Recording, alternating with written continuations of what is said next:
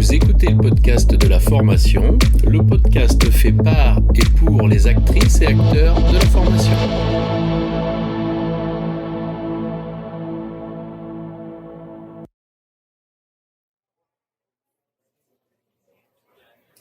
Bonjour et bienvenue.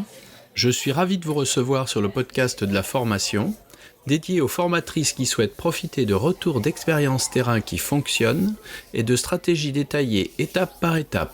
Chaque épisode vous permet de mettre en place des actions immédiates et d'obtenir des résultats efficaces et concrets. Bonjour. Bonjour Laurent. Je reçois aujourd'hui Stéphanie. Stéphanie, est-ce que tu pourrais te présenter rapidement ? Oui, alors je m'appelle en effet Stéphanie, j'ai bientôt 50 ans. J'ai bientôt fêté mes 50 ans déjà. Eh oui. Je ne me souviens plus moi comment ça fait.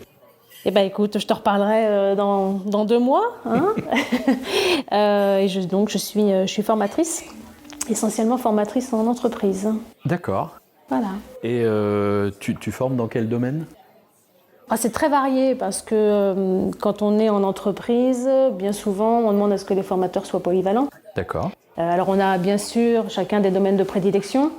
Moi j'interviens, alors c'est vrai sur les outils de production ou sur tous les process. D'accord. Mais j'aime bien plutôt me focaliser sur la relation client ou l'écriture web. Ah très bien. Eh ben écoute, de quoi tu aimerais nous parler aujourd'hui ? J'aimerais vous parler de la co-animation. Ah, c'est parce que c'est quelque chose que je vis, que j'ai vécu en entreprise. Ah, écoute, je suis content que tu viennes aborder ce sujet parce que c'est pas quelque chose dont on parle et bien souvent. C'est pas quelque chose qu'on pratique très souvent. Et du coup, tu vas pouvoir nous éclairer un peu et nous parler de ce qu'est la co-animation en formation. Mais c'est vrai ce que tu dis parce que quand on parle de formation, quand on pense à formation, souvent on évoque le formateur mais au singulier. Oui. Mais en fait, formateur peut très bien s'écrire au pluriel, et notamment en co-animation. Tout à fait. Donc, que ce soit en présentiel ou en distanciel. Et donc oui, je voulais aborder ce sujet aujourd'hui de la co-animation. Bien. Et alors, du coup, comment ça se passe, cette chose-là ? Ça se passe... en fait, c'est la co-animation, c'est super, en fait. Hein. Alors, c'est bénéfique pour les apprenants, c'est bénéfique aussi pour les formateurs. Mais ça, c'est dans le monde de oui-oui, si j'ai envie de dire, parce que on idéalise la formation, la co-animation, mais ça se passe pas forcément toujours comme on l'espère. Et comment justement ce monde idéal, on l'imagine alors ? Alors on l'imagine, comment je pourrais dire, en véritable, la construction d'un véritable binôme. D'accord. Qui coopèrent, qui se coordonnent, qui partagent. Mais bon, c'est le monde idéal, mais dans la vraie... Le projet. Ça, voilà. C'est un peu le projet. Exactement. Et effectivement, on peut voir plein d'avantages à ça. Ouais. Le fait de ne pas être seul non plus en tant que formateur. Oui, c'est ça, exactement. On n'est pas seul en formation. On peut, entre guillemets, je mets des gros guillemets, se reposer sur l'autre, notamment quand on a des formations qui sont lourdes. Si on a des formations d'une journée, c'est vrai que c'est bien d'être à deux parce qu'on peut s'appuyer sur l'autre. Ça permet aussi, puisque je parlais justement d'une formation assez lourde, ça permet de rendre une formation plus vivante, plus dynamique. Oui. On peut aussi s'essouffler au cours de la journée. Oui. Donc c'est vrai qu'on peut, l'autre formateur peut prendre le relais. Ce qui fait que les changements peuvent retenir un peu plus l'attention. Exactement, oui, parce que on sait, même si on fait des activités pédagogiques variées, si on respecte le rythme biologique de chacun, on sait pertinemment que de toute façon, au cours d'une journée, il y a une perte d'attention. Oui, c'est normal. Donc si déjà les formateurs eux-mêmes sont en baisse, oui. Ça ne fonctionnera pas. Ça fait un combo perdant, ça. Ah oui, ça c'est clair qu'on ne sera pas dans le match gagnant-gagnant. Et alors, mais concrètement, quand tu dis oui, ça c'est le monde idéal, et concrètement, ça se passe à peu près comment là ? Alors moi, ce que j'ai vécu, c'est que bien souvent, les formations, les co-animations n'étaient pas suffisamment préparées. Ah. C'est-à-dire qu'on arrivait le matin en disant bon alors c'est toi qui anime, c'est toi qui forme, c'est toi qui projette, bon allez vas-y je te laisse faire. Donc je ne vais pas dire que c'est de l'amateurisme, mais il y a quand même un minimum de préparation à avoir, sinon en fait la formation elle risque d'être un peu bancale. Ouais. Alors on peut y aller comme on disait souvent, on y va au talent.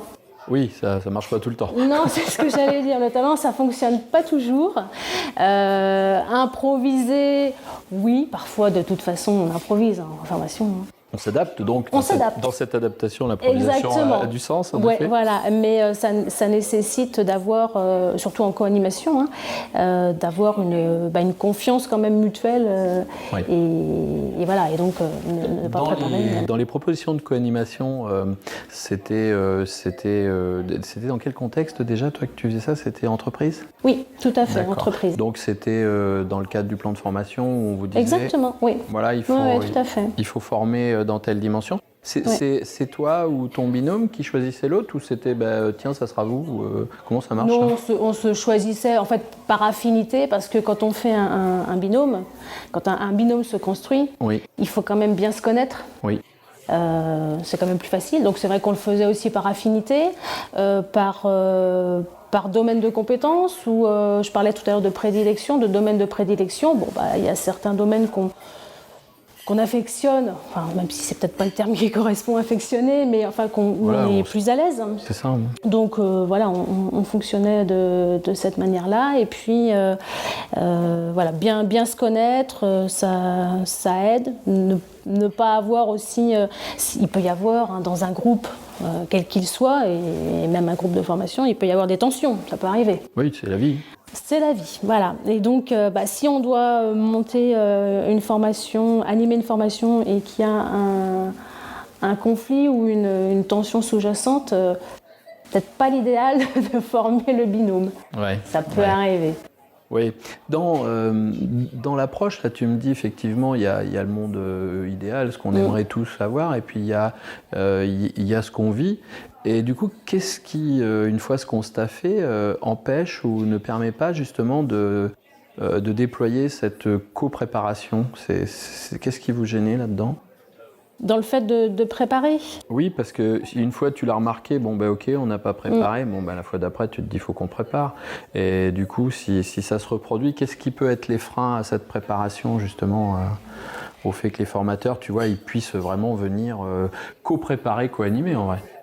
Je pense qu'on a pris une mauvaise habitude, on est tombé dans une routine de fonctionnement sans peut-être se remettre en cause.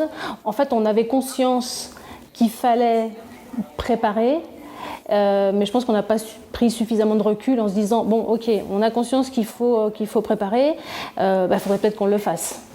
Et donc on a continué en fait à le faire de cette manière-là. On a l'habitude, après on se laisse porter. Oui, on se laisse porter, tout à fait. Qu'est-ce que tu pourrais donner comme élément qui permettrait à un binôme qui a des affinités de construire et de préparer ? Comment tu leur dirais de s'organiser, toi, par rapport à ton retour d'expérience ? Alors en fait, j'ai envie de dire que tu sais, comme quand on fait une formation, quand on anime une formation, dès le début, on pose le cadre, on définit les règles avec les apprenants.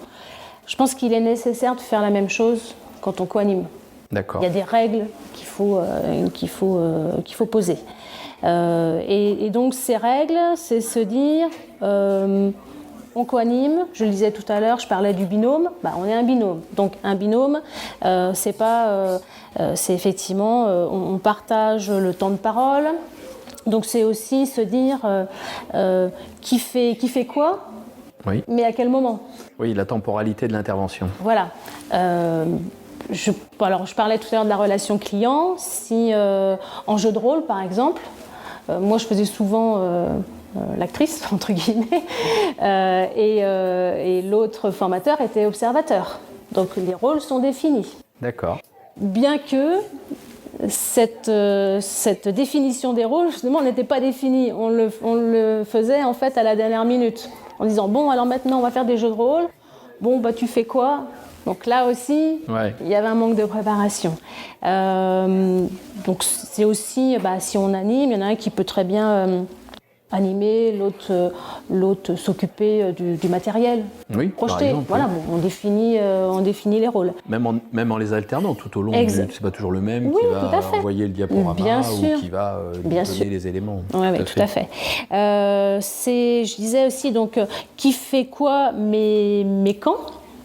Donc, à quel moment j'interviens, qui commence en fait la formation. En fait, si on fait justement le déroulé pédagogique d'une séance, si on détaille tout, on doit pouvoir être en mesure de savoir qui intervient à quel moment. Parce qu'en fait, il y a des formations, si je prends par exemple la formation sur la rédaction web, on l'a mutualisée avec celle sur le référencement.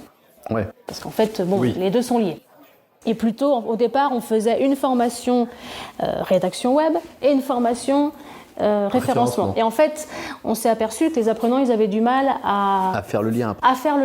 Donc on s'est dit, on va mutualiser.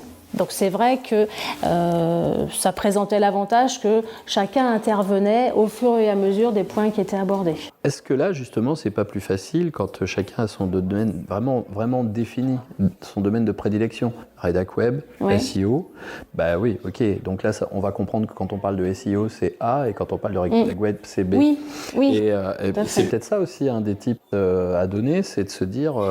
écoutez, intervenez vraiment là dans votre domaine ou évitons d'avoir des binômes qui se chevauchent en vérité sur la dimension de ce qu'ils ont à partager. C'est peut-être ça aussi le truc. Mais là, on va au-delà de l'affinité du coup. On va au-delà de l'affinité, mais un binôme, c'est pas non plus que de l'affinité, mais c'est vrai que c'est aussi des compétences. On a besoin d'avoir envie de travailler ensemble aussi. C'est mieux, oui. Parce que de toute façon, s'il y a un conflit, s'il y a une tension, les autres vont le ressentir. Alors c'est vrai que quand on est en co-animation, parfois on est en désaccord. Comment ça se gère, ça, un désaccord? Moi, je viens de dire quelque chose, et puis, alors on imagine que j'ai dit quelque chose qui n'était pas, on va dire, super bien, et tout d'un coup, toi, là, tu es obligé de dire, ça se passe comment, là? Alors, il faut surtout pas dire, alors bon, c'est pas bon, c'est pas juste ce que tu viens de dire. Hein. Alors, en fait, le désaccord, j'ai envie de dire, ça peut être constructif, parce qu'on peut tous aussi avoir un point de vue différent. Attention à ce que ça ne devienne pas... il faudrait que ce soit pas perçu justement comme un conflit. Oui, comme une rivalité. Mais plus comme un jeu. Tiens, du coup, comme tu as dit ça, tu sais, je peux amener cette précision. Voilà, exactement. Il faut un peu de souplesse, quoi. Il faut de la souplesse, mais c'est pas évident. c'est pas évident, d'autant que... Parfois, dans la co-animation, c'est vrai que même sans qu'il y ait de supériorité hiérarchique, parfois il y en a un qui veut prendre le lead sur l'autre. Et donc ça, c'est aussi quelque chose qu'il faut définir, sur lequel il faut qu'on se mette d'accord dès le début. C'est-à-dire qu'on se met d'accord sur le fait qu'on parle au nom du binôme, donc on utilise le « nous ». On ne va pas utiliser le « je ». Ah voilà, tiens ça, tu vois. Mais parfois, chasser le naturel, il revient au galop. Et on a des formateurs qui veulent tirer la couverture à eux.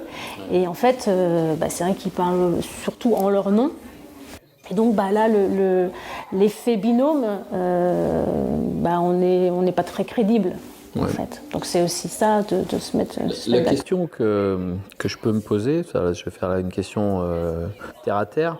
Non mais du coup, moi si j'ai 2 formateurs sur une formation d'une journée, je paye 2 fois le formateur. Là. C'est quoi la plus-value d'en avoir 2 quoi? Comment je vais payer plus cher et comment le service il est mieux là? Parce que tout à l'heure on parlait justement de compétences. Ah oui. Chacun a ses compétences, donc peut apporter sa pierre à l'édifice.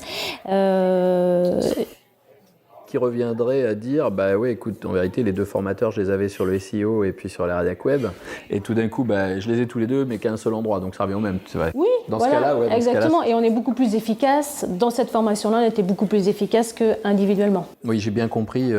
Votre objectif, c'était de faire le lien et le sens des deux apprentissages pour les personnes qui les suivent. Oui, parce qu'on s'est aperçu en fait qu'après, dans la vraie vie, les deux, ça ne matchait pas. Ouais. On n'arrivait pas à faire, comme tu disais, le lien entre ce que j'ai vu en rédac web et ce que j'ai vu en référencement. Comment j'arrive à ce que les deux matchent et comment je fais pour y arriver. Comment j'ai qu'une ligne de portée d'écriture qui amène les deux. Voilà, c'est ça. En sachant que dès que tu veux écrire SEO, tu n'es plus dans un langage très naturel. C'est ça. Il faut arriver à combiner les deux. C'est pas un exercice qui est facile. C'est pas un exercice qui est facile. Ouais. Et d'ailleurs, quand on utilise les outils qui vont comme Yoast ou des choses comme ça, quand on voit comment ils nous reprennent de volée sur ce qu'on écrit, on se dit mon Dieu, mais je sais pas faire, je sais pas écrire. Alors qu'en vérité, des fois sur du langage naturel, c'est pas mal non plus. C'est ça. C'est vrai que. Là, c'est une parenthèse, mais on va voir les algorithmes de Google notamment changent maintenant. Et sur le langage machine, ils sont moins. Parce qu'on commence à avoir de l'IA qui va proposer de la rédac web, et là du coup ça s'identifie assez bien, donc c'est bon signe en tout cas pour les gens qui vont raconter des vraies histoires, qui vont faire du bon rédac web et qui va avoir un bon SEO collé. Ça vous fait du boulot en plus là. C'est ça. Et c'est bien. Oui, non mais c'est bien. Après, là je prends cet exemple-là, mais c'est vrai que quand on a des formations sur un outil de production, c'est vrai que c'est des formations d'une journée, 2 journées. C'est vrai, comme je disais tout à l'heure, c'est des formations qui peuvent être lourdes. Donc pas très sexy.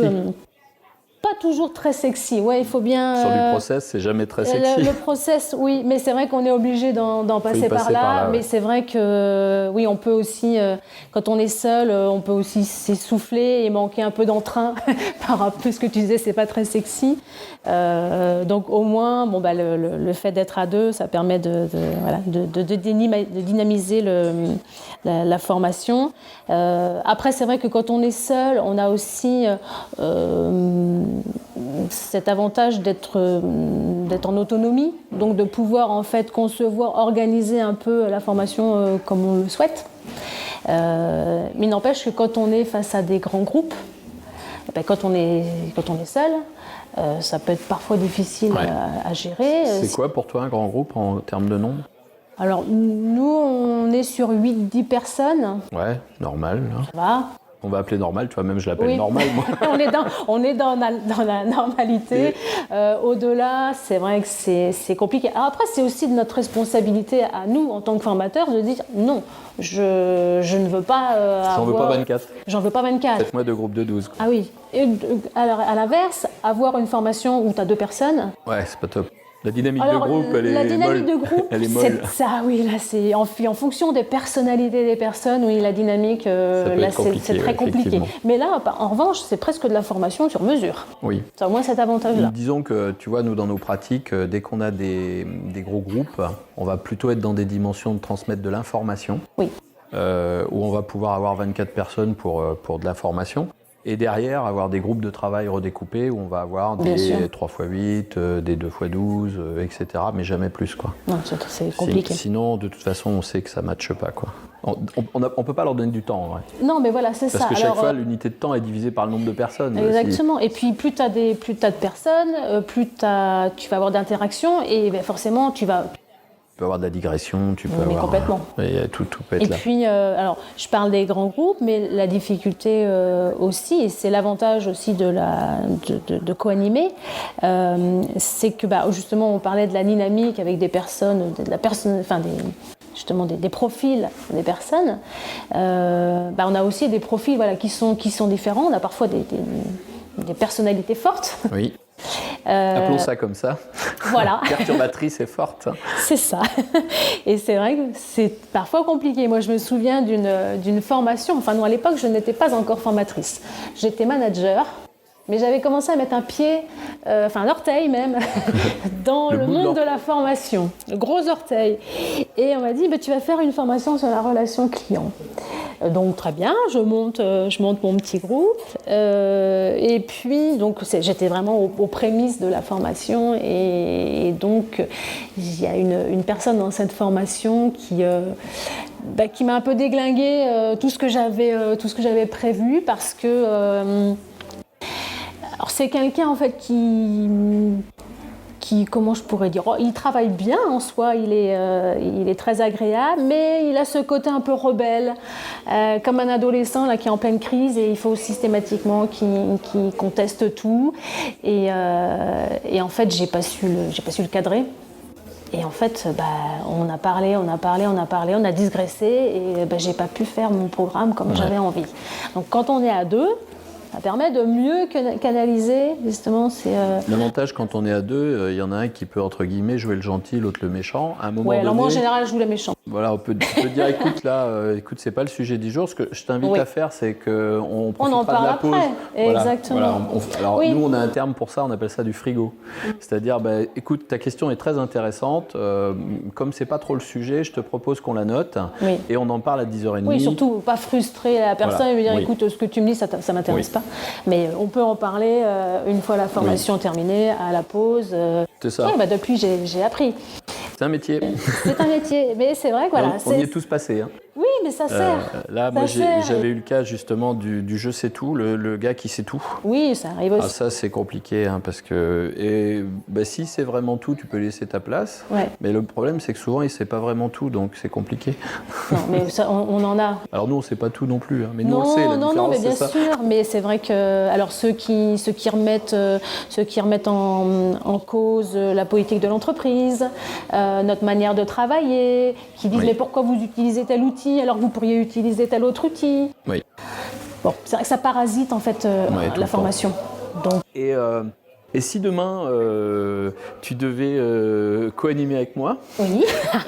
alors on va fixer quand même un peu des règles. Tu as dit qu'il faut fixer des règles, donc c'est quand même un peu toi qui est la formatrice référente. Oui. Moi, j'arrive avec toi dans mon domaine d'intervention.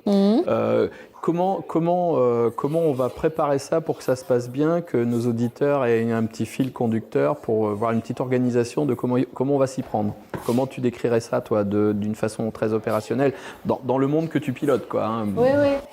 C'est tout simplement, voilà, on a telle formation à déployer, donc on va en effet séquencer la formation et se dire, bon, on se répartit les rôles, comme je disais tout à l'heure. Toi, tu vas intervenir, tu es plus spécialisé, entre guillemets, sur tel sujet, tu le maîtrises mieux que moi, donc tu parleras. Et moi, j'en profiterai peut-être pour apporter une précision et qu'on ait un temps de parole en fait, qui soit équivalent et surtout se dire, on ne se coupe pas la parole. Parce que c'est... Alors, surtout en distanciel. Parce qu'il y a ça aussi, c'est vrai. Et oui, Là, on parlait du présentiel, ils sont là, mais alors du coup, en distanciel, tu coupes le micro de ton binôme? Non, mais c'est en fait, tu vois, je parlais tout à l'heure justement de supériorité hiérarchique, même si en fait, en formation, dans le service, il n'y en a pas. Mais il y en a un qui peut prendre, en effet, qui peut vouloir prendre le lead sur l'autre et qui ne va pas laisser l'autre en placer une, entre guillemets. Donc c'est vrai que ça peut être frustrant. Oui. Et donc soit il y a deux scénarios possibles. C'est soit comme tu dis, non pas je coupe le micro de l'autre, mais je coupe mon micro et je me mets en retrait. Je dis tu sais quoi, fais ta formation, puis voilà. Ou alors on va à la confrontation, on s'oppose à ce qu'il dit. Alors, on perd en crédibilité, les deux perdent en crédibilité. Mais oui, on perd en crédibilité sur le binôme. Ça jette un discrédit sur justement le fonctionnement, l'efficacité en fait de la formation et des formateurs. La forme proposée, en vérité, elle est déjà corrompue, donc le fond va avoir des difficultés à arriver jusqu'à nos apprenants. Oui. Et donc, on fait quoi là? On se réunit? Comment ça marcherait? Comment tu ferais ça? Comment tu me planifierais ça un petit peu, cette prépa? Oui, je veux dire... On a écrit nos déroulés. Oui, non, mais ça se prépare. Et moi, justement, ce que je pourrais reprocher à notre manière de faire, c'est qu'on n'a pas suffisamment préparé. Donc oui, il faut se préparer, se réunir autour d'une table et bien poser les choses à plat, ce qui sera d'autant plus facile pour co-animer, pour justement pas qu'il y ait de difficultés ressenties de la part des formateurs ou d'un formateur, mais aussi de la part des apprenants. Est-ce que le rôle de formateur en entreprise va intégrer justement cette dimension de temps de préparation, ou bien on te dit, écoute, nous, tu vas animer 4 heures, mais ce sera 4 heures mardi prochain, le reste du temps, tu fais autre chose, quoi. Ou est-ce qu'on te dit, écoute, tu as 4 heures à animer, tu as 2 jours pour préparer, quoi. J'exagère un peu, mais... Et on a toujours des temps de préparation, parce qu'en fait, c'est nous qui... Alors, on ne crée pas les supports, enfin, ça arrive. Si c'est un process, par exemple, les process, c'est fabriqués une fois. Voilà, c'est pas nous qui les faisons. En revanche, si on est sur la relation client, c'est nous qui créons, on assure la conception en fait du support. Donc ça nécessite de la préparation. Et puis on a le temps aussi. On n'est pas tous les jours non plus en formation. On n'est pas du matin au soir en formation, donc ça nous permet de préparer les supports, ça nous permet aussi de faire de la veille. Est-ce que dans ce cas-là, est-ce que c'est deux rôles différents? Enfin, je ne sais pas trop comment toi tu le vivais. Est-ce que tu es formatrice occasionnelle en entreprise ou est-ce que tu es formatrice en entreprise? Formatrice en entreprise. Oui. Alors ça, c'est intéressant parce que moi, je forme des formateurs et je me suis rendu compte qu'ils avaient surtout une vision du formateur en centre de formation. Tu vois, la dimension, ils ont du mal à dire je vais être formateur dans une entreprise. Et il y a plein de choses sympas dans l'entreprise à former. Tu sais, il y a plein de domaines. Oui, de toute façon, en général, il faut former en fait tous les collaborateurs. Parce qu'on a de la formation initiale, certes, mais il y a de la formation continue aussi. Et oui. Donc, quand on est 200, 300 personnes, autant te dire que... Ça n'arrête jamais. Il y a du travail. Il y a du travail. C'est vrai que la formation continue, moi, telle que je l'ai vécue, elle est très intéressante, c'est très enrichissant, parce que c'est vrai qu'on a des groupes qui sont variés. Et puis aussi, on se base sur leur vécu. Donc on se base sur les situations professionnelles qu'ils vivent pour justement concevoir la formation continue. Donc on répond en fait vraiment à leurs attentes. Mais c'est chronophage. Oui. C'est chronophage, d'autant que nous on faisait des formations, quasiment tous les jours, avec des groupes différents. Alors même si c'était 1h30, 2 heures, on parlait tout à l'heure du temps de préparation. Là, il en faut du temps de préparation. Et oui. Il faut se réadapter. Et puis, quand on a plein de groupes, voilà. Donc, c'est vrai que c'est chronophage. Ça demande aussi de l'énergie. Et tu parlais tout à l'heure, tu disais quel peut être l'intérêt pour un employeur d'avoir 2 formateurs. Alors, c'est vrai qu'avoir 2 formateurs, ça monopolise en fait des personnes ressources. Oui. Mais dans le cas d'une formation aussi chronophage, très honnêtement, c'est pas du luxe de co-animer en fait. Je pensais à quelque chose qui me vient à l'esprit là quand je t'écoute. Quand tu formes des gens, tu as un groupe qui rentre en formation, tu as je vais prendre un groupe classique où il y a des demandeurs d'emploi, des gens en réinsertion, des gens qui ont acheté leur formation, etc. On est confronté à la motivation intrinsèque des apprenants, qui est totalement hétérogène. Tu en as des hyper motivés, des pas motivés. Est-ce que le fait d'être en formation, en entreprise, dans le but d'améliorer justement le process qu'on pratique au quotidien sur le carnet, est-ce que là, le niveau d'investissement, de motivation, il est élevé de la part des gens ou est-ce qu'il y en a toujours qui s'en foutent, etc. quoi ? Alors en formation initiale, les gens sont assez motivés parce que c'est eux qui ont fait la démarche, si tu veux. C'est eux qui ont postulé. Ah oui. Donc ils ont quand même... alors c'est vrai que c'est souvent... On a beaucoup de jeunes qui sortent de l'école. Oui. Donc ils veulent faire leurs armes, ils sont motivés. Il y a aussi des gens qui sont en reconversion professionnelle, tu le disais, donc c'est vrai qu'eux ils ont une motivation aussi qui est claire, qui est nette. C'est un peu différent en formation continue, parce que là on leur dit bon allez, t'as une formation tel jour, et là les gens ils nous disent ah ouais mais non, Ah non, c'est pas possible là, parce que je suis en retard sur mes dossiers. Non, je peux pas me permettre de partir 2 heures. Non, c'est pas possible. Je dois appeler un client, etc., etc. Donc certains arrivent un peu à entrer dans la patte. D'autres se disent bon bah c'est l'occasion de refaire un point sur mes connaissances, d'apprendre d'autres choses, de consolider ce que je sais, ce que je sais faire.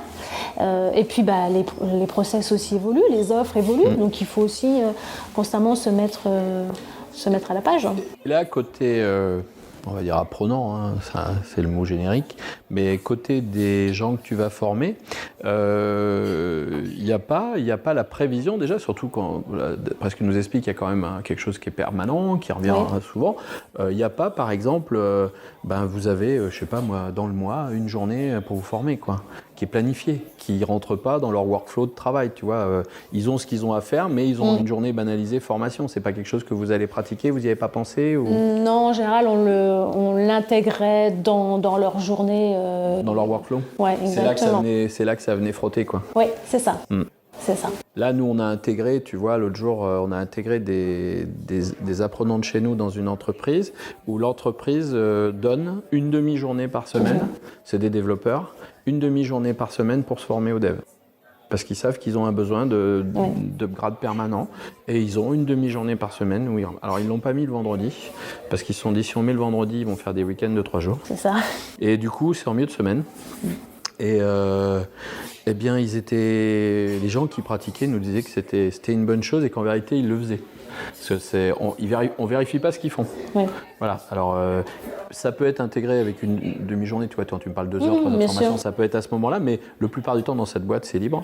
Et du coup, ils le font. Ils nous disent réellement, on en a besoin, on le fait, on va regarder des tutos, voilà. Ils ont cette espèce de permanence de l'apprendre à apprendre et d'upgrade des compétences. Enfin, des connaissances dans un premier temps, puis après des compétences quand il les déploie. Donc c'est peut-être aussi ça une solution côté apprenant. Mais tu sais, en entreprise, c'est un combat permanent. Parce que on essaie toujours de gratter un peu plus d'heures de formation et on est dit non, c'est pas possible, non, il faut que les gens, il faut produire. Exactement, les gens, il faut qu'ils soient en production. Donc déjà, quand on leur dit, il va y avoir 15 jours de formation initiale, alors qu'avant on avait une semaine. Donc là on est passé à 15 jours, mais si on pouvait en avoir encore un peu plus, ce serait pas du luxe. À la formation, on est vraiment, mais en fait on sait pertinemment que les gens, avant qu'ils soient opérationnels, il leur faut quand même plusieurs mois, il leur faut bien 6 mois. Oui. Donc c'est aussi de la capitalisation. C'est ce que j'allais dire. Voilà, c'est pas vain ce que l'on fait. Tout à fait. Donc, alors, imagine quand on met en place un système de formation continue. On nous dit c'est bien, c'est une bonne idée, mais quand est-ce que vous allez le faire et combien de temps ça va prendre? J'ai écouté, je dis là il y en a pour 1 an. C'est de la formation continue, il y en a pour 1 an et on me regarde avec des grands yeux en disant ah oui, d'accord. Et alors ça va nécessiter combien de temps? Je dis mais voilà, c'est un programme, mais alors, ce qui m'a un peu déçue, c'est que, en fait, j'avais commencé le programme de formation continue, et puis la Covid est passée par là. Donc, tout a été arrêté. Je disais, je peux peut-être continuer en distanciel, et il y a eu d'autres projets, soi-disant plus importants. Oui. Donc, on a recommencé le programme de formation continue. Et en fait, je me dis, mais on fait un pas, on fait 2 pas en arrière. Un pas en avant, 2 pas en arrière. Et j'avais constamment l'impression de recommencer, puisque c'était quand même la 3e fois qu'on le faisait. En fait, on n'avance pas. On n'avance pas. Donc, quelque part, c'est frustrant. On s'investit, on a envie de mener le projet à bout. Et puis, même si je disais tout à l'heure qu'il y a des gens qui vont en reculant, en général, quand même... La plupart apprécient justement de pouvoir, parce que comme je disais tout à l'heure, on est sur du concret. Oui. Donc ça c'est... Ça c'est quelque chose sur cette dimension de formation en entreprise. Nous on a travaillé sur des POEC, des périodes opérationnelles à l'emploi et aux compétences, où les gens en vérité signent un CDD de 4 mois et sont formés au poste pendant 4 mois et à la fin c'est un CDI quoi. Et là, quand même, on voit vraiment, d'abord qu'ils sont formés sur ce que l'entreprise a besoin. Il y a très peu de générique. Il y a vraiment du pratico-pratique et le niveau de motivation, il est fort. Et en vérité, il y a très peu d'échecs. Parce que les gens savent où ils vont. Et c'est important.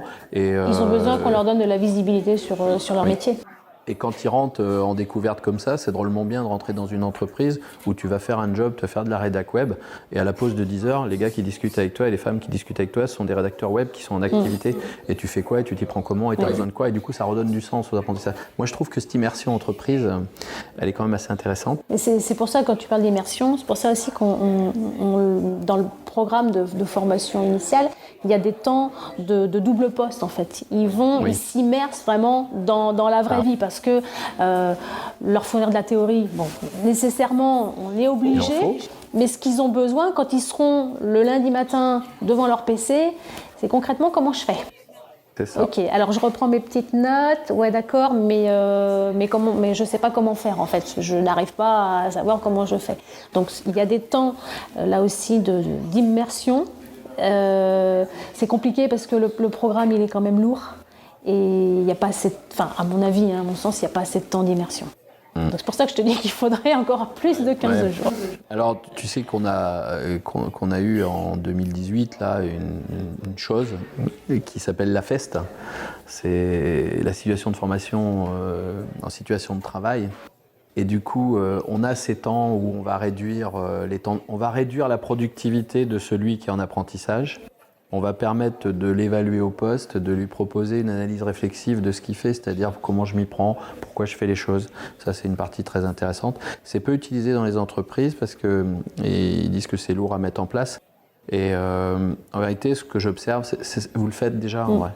Vous faites cette confrontation post-apprentissage et en vérité vous frictionnez à ce que la loi vient, la loi avec son financement, je vais dire, elle vient combler en disant ok, on va le prendre, il va produire que 50% de ce qu'on attend d'un ouvrier qualifié par exemple, mais les 50% de gap sont pris en charge.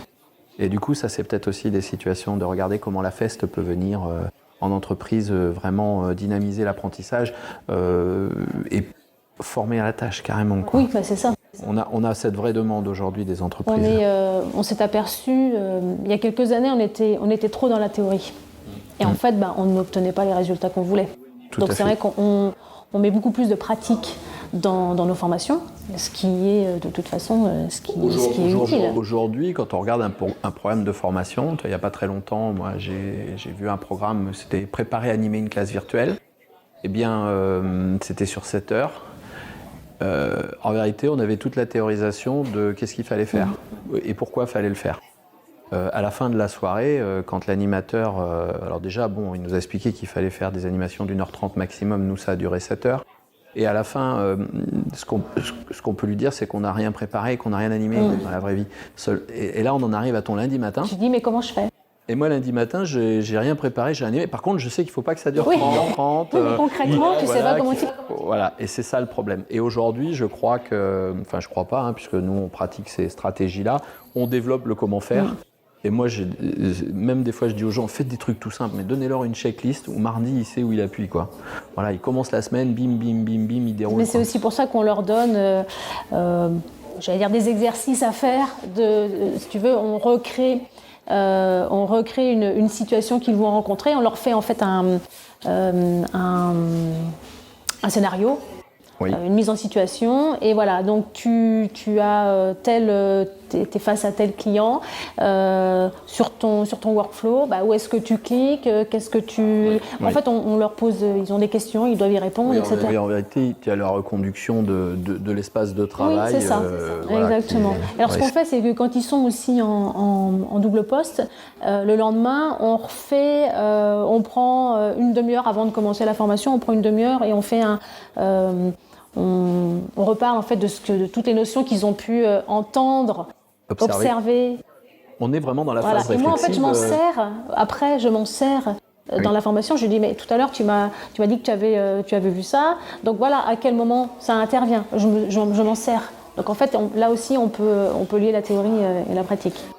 Il y a deux choses aujourd'hui dont tu nous parles qui sont super importantes quand même. C'est cette dimension de co-animation qu'on a bien élaborée, mais il y a quand même cette dimension de former en entreprise. est vraiment... former en entreprise, c'est bien spécifique. C'est pas être formateur indépendant, c'est complètement. C'est une autre histoire. C'est une autre histoire. Voilà, on n'est pas dans les mêmes histoires. Oui, tout à fait. Quel conseil donc tu pourrais nous donner là qu'on va garder pour que notre co-animation en entreprise se passe bien lundi matin? Ça serait quoi les tips? T'avais 2 choses, 3 choses à me dire maximum. Tu me dirais, Laurent, voilà, faut que tu fasses ça, ça et ça. Qu'est-ce que tu me dirais? Qu'est-ce que je pourrais te dire? Parce que du coup, moi j'ai envie de réussir ma co-animation. Oui. Avec toi. Ouais. Donc du coup, comment ça se passe là? Qu'est-ce que tu me dis? Alors, comme je disais tout à l'heure, je parlais d'affinité. Peut-être, si on a la possibilité, choisir son binôme. Ouais. Parce que, tu vois, moi, j'ai aussi fait des formations en binôme où je voyais... Alors, mon collègue était en retrait. Donc je le sollicitais constamment pendant 4 heures pour qu'il intervienne et je voyais en fait que ça mordait pas. Bon, je me suis aperçue en fait que le sujet de la formation, c'était pas un truc qui l'intéressait. Ah, c'est moche. Ah c'est moche, oui. C'est vraiment moche. Donc tu vois, c'est aussi avoir des affinités, se dire est-ce qu'on est bien sur la même longueur d'onde, est-ce qu'on a bien la même affinité aussi au niveau du domaine sur lequel on doit former. Ouais. Avoir aussi une certaine connivence entre nous. Et puis, je disais tout à l'heure, voilà, bien se répartir les rôles, se dire, voilà, on doit vraiment être un binôme et montrer qu'on fonctionne bien ensemble, qu'on est d'accord, qu'on est bien sur la même longueur d'onde, qu'on ne tient pas un discours. En fait, on doit délivrer un message unique. Il ne faut pas que, tout à l'heure on disait, on peut être en opposition, il ne faut pas qu'il y ait 2 sons de cloche différents, parce qu'on perd en crédibilité. La règle quand tu es en binôme, c'est de faire qu'un, alors. Mais c'est ça. Ah, j'adore. Mais en fait, c'est ça. Ça peut paraître... c'est un binôme, mais qui doit faire qu'un. Oui, mais c'est ça. On délivre un seul message et on se met d'accord sur la manière dont on va procéder, sur la manière dont on va faire, sur le fait que on se respecte. On se respecte mutuellement, on fait confiance à l'autre. Voilà, c'est les petites choses. On se dit que ça peut paraître naturel. Et au final, si on n'y a pas réfléchi, on ne les a pas préparés, ça... Pas naturel. Non, ça ne fonctionne pas. Et pour conclure, si j'étais une formatrice qui n'a jamais pratiqué cette co-animation, qu'est-ce que tu me dirais? Viens. Viens, parce que c'est vrai que c'est plus facile. Quand on est à 2, alors ce qui est bien aussi, c'est que en fait la co-animation, elle a aussi l'avantage, c'est que je parlais tout à l'heure des compétences de l'autre, mais on va apprendre justement des savoir-faire de l'autre, de ses savoir-être. On va pouvoir apprendre peut-être d'autres techniques d'animation. En fait, c'est aussi se remettre, prendre du recul sur sa propre fonction. Et donc, ça permet aussi nous-mêmes d'évoluer. Donc, on peut faire plus de choses en fait à 2. Donc, c'est vrai que c'est confrontation, analyse de pratique, upgrade de la compétence. Exactement. Bienvenue chez les formateurs. Donc c'est vrai que il y a une grande richesse en fait pour les apprenants même, il y a une grande richesse de savoir. C'est en fait 2 formateurs, c'est 2 fois plus de partage, d'échange. De possibilités de lien. Ouais. Parce qu'il y a 2 propositions individuelles qui viennent. C'est pour ça que tout à l'heure je disais que c'était bénéfique aussi bien pour les apprenants que pour les formateurs. Enfin c'est enrichissant, hein. C'est enrichissant de co-animer à partir du moment où en effet elle est bien préparée, c'est bien calé. C'est bien cadré. Sans vouloir être psychorigide, mais c'est une nécessité. Comme tu l'as dit, le talent ne fait pas tout, le travail vient l'accompagner. On est un petit peu comme ces joueurs de jazz, où on a ce temps d'improvisation, mais qui ne se maîtrise que par une grande dextérité de la pratique et une grande connaissance. Mais comme dirait l'adage, seul on va vite, mais à 2 on va plus loin. Eh bien écoute, sur ces mots, je te remercie. C'est moi qui te remercie, Laurent. Partager avec nous avec plaisir. Ce moment. Écoutez, ça va permettre à nos auditeurs de pouvoir avoir une approche nouvelle. Tout à fait. N'hésitez pas à poser des questions, on y répondra à travers les différents canaux sur lesquels vous pouvez nous retrouver, sur le hub de la formation notamment. Je vous remercie. Merci Stéphanie, au plaisir et à bientôt pour de nouvelles aventures. Tout à fait, à bientôt.